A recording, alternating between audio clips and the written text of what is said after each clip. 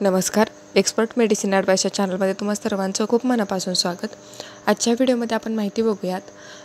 जर आपल्याला श्वास घ्यायला जर त्रास होत असेल, सर्दी जेव्हा होऊन जाते त्यानंतर आपल्या छातीमध्ये कफ होतो आणि त्यामुळं मग छाती घरघर करते, श्वास घ्यायला पण प्रॉब्लेम येतो आणि आपल्या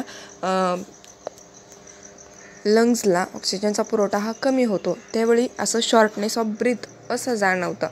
मग त्यावेळी काय केलं पाहिजे? आपल्या लंग्सला ऑक्सिजनचा पुरवठा व्यवस्थित होण्यासाठी किंवा आपल्या छातीतला कफ मोकळा होण्यासाठी, घरघर बंद होण्यासाठी काय केलं पाहिजे याविषयी आज आपण माहिती बघूयात. आणि हा त्रास कुणालाही होऊ शकतो. म्हणजे ज्यावेळी सर्दी होते, सर्दीनंतर जर आपल्या लंग्समध्ये जर कफ साठला तर तो कफ बाहेर फेकणं खूप गरजेचं असतं. नाहीतर मग ते सिम्पटम्स वाढत जाऊन त्याचं न्यूमोनियामध्ये रूपांतर होण्यास वेळ लागत नाही. अगदी लहान 1-2 महिन्याची मुलं ते वृद्ध लोकांपर्यंत हा त्रास बऱ्यापैकी सर्वांना जाणवतो. मग डॉक्टरांकडे आपण जातो तर त्यावेळी डॉक्टर आपल्याला योग्य सल्ला देतात, ते म्हणजे वाफ घ्या म्हणतात. मग त्या वाफेमध्ये कोणतं औषध टाकायचं त्याविषयी आज आपण माहिती बघूयात. आणि त्या वाफेच्या औषधाचं नाव आहे डिओलिन. तसं तर डिओलिनसोबत अजून पण मेडिसिन असतात, पण आजच्या व्हिडिओमध्ये आपण फक्त डिओलिनची माहिती घेणार आहोत.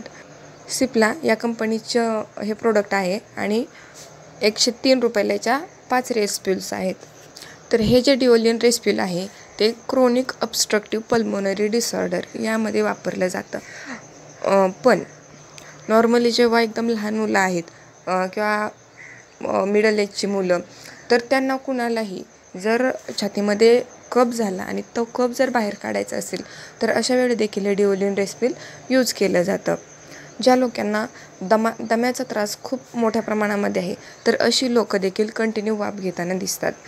तर ज्यावेळी आपण वाफेच्या मशीनमध्ये हे डिओलिन टाकून वाफ घेतो तर त्यावेळी आपले लंग्स जे आहेत त्याचं जे ओपनिंग आहे ते ओपन ठेवून आणि आपल्या शरीराला एअर किंवा ऑक्सिजनचं पॅसेज व्यवस्थित करण्यासाठी तो जो एअरवे आहे तो ओपन ठेवण्याचं काम हे डिओलिनच्या रेस्प्यूलमधलं औषध करतं.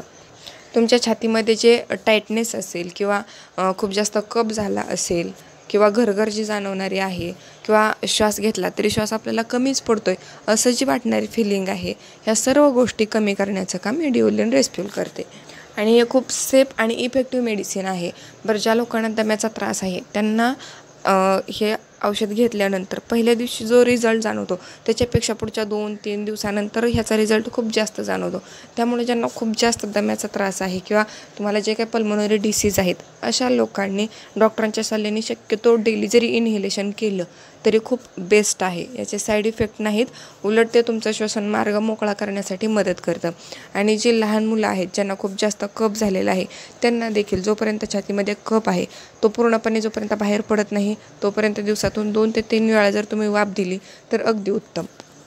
ह्या डिओलिन ह्या रेस्प्यूलमध्ये 2 घटक आहेत. एक म्हणजे लिओसाल्बुटामॉल आणि दुसरं म्हणजे इप्राट्रोपियम ब्रोमाइड. तर हे जे लिओसाल्बुटामॉल आहे ते ब्रॉन्कोडायलेटर आहे, आपल्या ज्या ब्रॉन्काय आहेत त्यांना रिलॅक्स करतं.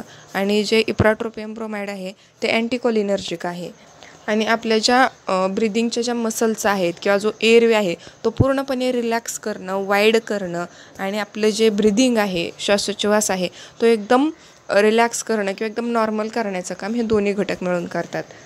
आणि जी लोक आहेत की ज्यांना अचानकच खूप जास्त दम्याचा त्रास जर सुरू झाला, त्यांचं जे रेग्युलर जे अस्थमाचा पंप आहे ते जर त्यांनी वापरला नाही आणि खूप जास्त जर त्यांना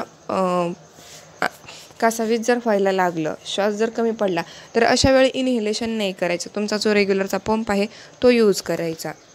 तुम्हाला जर हा लंगचा त्रास नको असेल किंवा तुम्हाला जर हा त्रास कमी वाटत असेल तर होतं होईल तेवढं गरम पाण्याच्या गुळण्या करा आणि पाणी देखील गरमच प्या, जेणेकरून छातीतला कफ आहे तो मोकळा होईल.